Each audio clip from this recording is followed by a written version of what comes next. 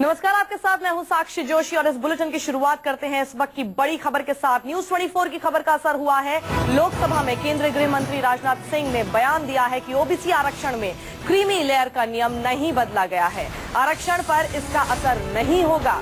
राजनाथ सिंह ने कहा है कि पिछड़े वर्ग को कोई नुकसान, कोई क्षति नहीं पहुंचेगी और कुछ गड़बड़ी हुई है अगर तो उसकी जांच जरूर होगी। आपको बता दें कि न्यूज 24 ने 3 दिन पहले ही खबर दिखाई थी कि इस साल यूपीएससी की परीक्षा पास कर चुके 314 ओबीसी कैटेगरी के कैंडिडेट्स में से 33 से ज्यादा ऐसे लोग हैं, ऐसे कैंडिडेट्स हैं जिन्हें सरकार ने ओबीसी कैटेगरी का आरक्षण देने से मना कर दिया। इसके पीछे वजह बताई गई कि सरकार ने ओबीसी आरक्षण में क्रीमी लेयर का नियम बदल डाला है और नए नियम के मुताबिक ये 33 कैंडिडेट्स वैसे ओबीसी कैटेगरी से आते हैं जिनके माता पिता की वेतन और खेती समेत कुल आमदनी 6 लाख से ज्यादा है। ये कैंडिडेट ऐसे माता पिता के बच्चे हैं जो या तो बैंक में या किसी पीएसयू में या म्युनिसिपैलिटी या कॉर्पोरेशन जैसे संस्थान में काम करते हैं। लेकिन न्यूज 24 पर खबर दिखाने के बाद लोकसभा में गृह मंत्री राजनाथ सिंह ने बयान दिया है। राजनाथ सिंह ने क्या कहा, सबसे पहले आपको वो सुनवाते हैं। तो क्रीमी लेयर पर जो बात सामने आ रही थी, जो खबर न्यूज 24 ने दिखाई थी 3 दिन पहले, उस पर ये आश्वासन दिया है राजनाथ सिंह ने कि कोई क्षति नहीं पहुंचेगी ओबीसी आरक्षण में। को जानकारी देना चाहता हूं कि जो इस बार यूपीएससी के सिलेक्टेड जो कैंडिडेट्स हैं, जो उनको नोटिस दी गई है, यह नोटिस 2004 से लगातार दी जाती रही है। उसमें ऐसा नहीं है अध्यक्ष महोदया, ऐसा नहीं है। वह नोटिस वह जानकारी इसलिए मांगी जाती है ताकि अरे सुनो तो सही, प्लीज। इसलिए जानकारी मांगी जाती है कि आप क्रीमी लेयर इसके अंतर्गत आते हैं कि नहीं आते हैं, ताकि भविष्य में दूसरे कैंडिडेट्स कोर्ट में न चले जाएं और मामला लिटिगेशन में न फंस जाए। केवल जानकारी मांगी जाती है, इसके अतिरिक्त और कुछ नहीं होता। यह एक पॉलिसी डिसीजन है और किसी भी हमारे ओबीसी के कैंडिडेट्स को किसी प्रकार की कोई क्षति नहीं पहुंचने पाएगी। और हमारे संवाददाता राजीव रंजन, जिन्होंने सबसे पहले इस गड़बड़ी की खबर को ब्रेक किया था, 3 दिन पहले न्यूज 24 पर यह खबर दिखाई गई थी, वो हमारे साथ न्यूज रूम से जुड़ गए हैं। राजीव, क्या आश्वासन दिया है राजनाथ सिंह ने और पूरा मामला क्या है? देखिए, पूरा मामला ये है कि 2013 में एक डीओपीटी ने फैसला किया था। समय समय पर इसको अगर मैं बता दूं, 1992 जब से मंडल आयोग की सिफारिशें लागू हुई, पिछड़ों को आरक्षण मिला, तब से एक बात चली थी कि कुछ पिछड़े ऐसे हैं जो सवर्णों से भी अच्छी स्थिति में है, उनको आरक्षण का लाभ नहीं मिलना चाहिए, तो क्रीमी लेयर का नियम आया। 1993 में इंदिरा साहनी केस के बाद जो सुप्रीम कोर्ट का है, उसके बाद ये हुआ कि जिसकी आय 1 लाख रुपए होगी उसको उस क्रीमी लेयर में माना जाएगा। कई उसमें कैटेगरी है, आईएएस है, क्लास 1 है, क्लास 2 है, कॉन्स्टिट्यूशनल पोस्ट है। 1 लाख रुपए का जो कैप था उसको बाद में बढ़ा के 2.5 लाख किया गया, फिर 4.5 लाख किया गया, 2013 में उसको 6 लाख किया गया।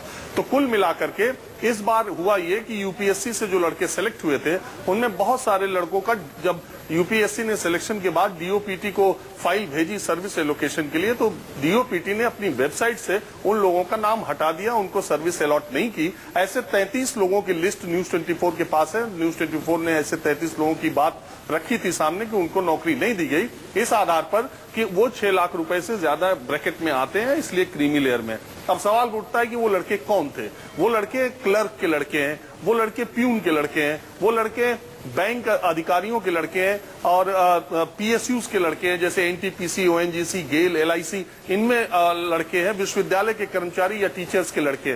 तो ऐसा क्यों हुआ? दरअसल ऐसा इसलिए हुआ, और ये पहली बार ऐसा हुआ है, इसलिए सवाल बड़ा है। पहली बार इसलिए हुआ कि केंद्र सरकार के और राज्य सरकार के डायरेक्ट जो एम्प्लॉई हैं, उनके लिए तो क्लास 1 और क्लास 2 देखा जाता है कि क्लास 1 में अगर कोई आदमी नौकरी पाता है 40 साल से कम उम्र में डायरेक्ट या प्रमोशन से, तो उसके बेटे को क्रीमी लेयर माना जाएगा। क्लास 2 में माँ बाप दोनों क्लास 2 हो और 40 साल से कम उम्र में या तो सीधे नियुक्ति पाए या प्रमोट होकर के 40 साल के भीतर क्लास 2 बन जाए, उनके बच्चे को नहीं मिलेगा।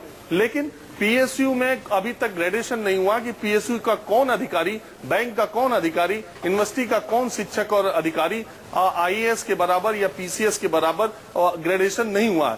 ग्रेडेशन न होने की वजह से आर्थिक आधार पे उनको इस बार 6 लाख रुपए जिसकी सैलरी है सालाना, यानी 51 हजार रुपए या 50,100 रुपए महीने तनख्वाह पाने वाला प्यून, चूंकि 25 साल से कम ही होते हैं, 22-23 साल पे लड़के आईएएस में सिलेक्ट होते हैं, तो जो बाप की उम्र होगी वो 45 से ज्यादा होगी। अगर प्यून भी भर्ती हुआ होगा तो उसने 20 साल नौकरी की होगी, तो उसकी तनख्वाह 50,000 रुपए से ज्यादा होगी। लेकिन 50,001 रुपए अगर किसी की सैलरी है तो इस बार डीओपीटी ने उसको क्रीमी लेयर में डाल दिया। ये कुल मुद्दा है। इसको लेकर के वो जो छात्र हैं जिनको नौकरी नहीं मिली है वो बैकवर्ड क्लास कमीशन में गए, उन्होंने अपना बैकवर्ड क्लास कमीशन ने डीओपीटी को लेटर लिखा, वो बहुत सारे लोगों के पास गए। ये खबर न्यूज 24 ने सबसे पहले दिखाई कि ये नया फैसला हुआ है, क्या मोदी सरकार क्रीमी लेयर का मापदंड बदलने वाली है। इसको लेकर के आज विपक्ष के सांसदों ने सरकार लोकसभा में हंगामा किया, सरकार से जवाब मांगा। सरकार ने तो पहले ये कहा कि नया कुछ नहीं हुआ है, लेकिन जब ये सारे तथ्य एक सांसद ने रखे तो सरकार ने ये कहा है कि अगर ऐसा हुआ है तो इसकी जांच कराई जाएगी। राजीव, यानी ये हुआ कि पूरा सरकारी जो सिस्टम था उसी में लूप होल था, जिसकी वजह से 33 कैंडिडेट्स का जो भविष्य है वो अधर में लटका हुआ है। अब उनका क्या होगा? देखिए साक्षी, न्यूज 24 की खबर की असर का सबसे जो अच्छा पहलू है वो ये है कि फैसला चाहे जो हो, उन लोगों को नौकरी मिले न मिले, उनको क्रीमी लेयर में रखा जाए न रखा जाए, ये अलग बात है।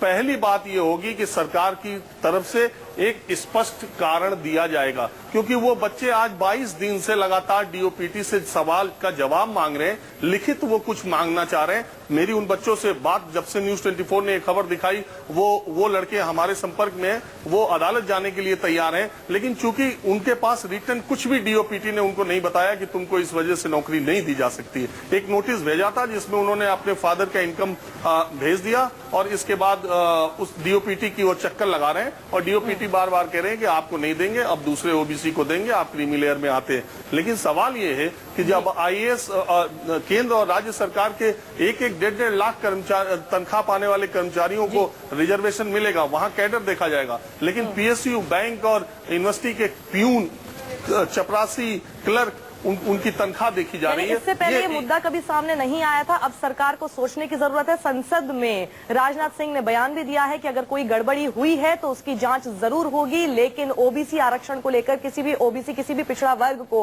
कोई क्षति नहीं पहुंचेगी। न्यूज 24 की खबर का असर है। राजीव रंजन ने ये स्टोरी ब्रेक की थी और अब कम से कम वो 33 कैंडिडेट्स की बात सामने सुनी जा रही है। बहुत बहुत शुक्रिया राजीव इस पूरी जानकारी के लिए आपका।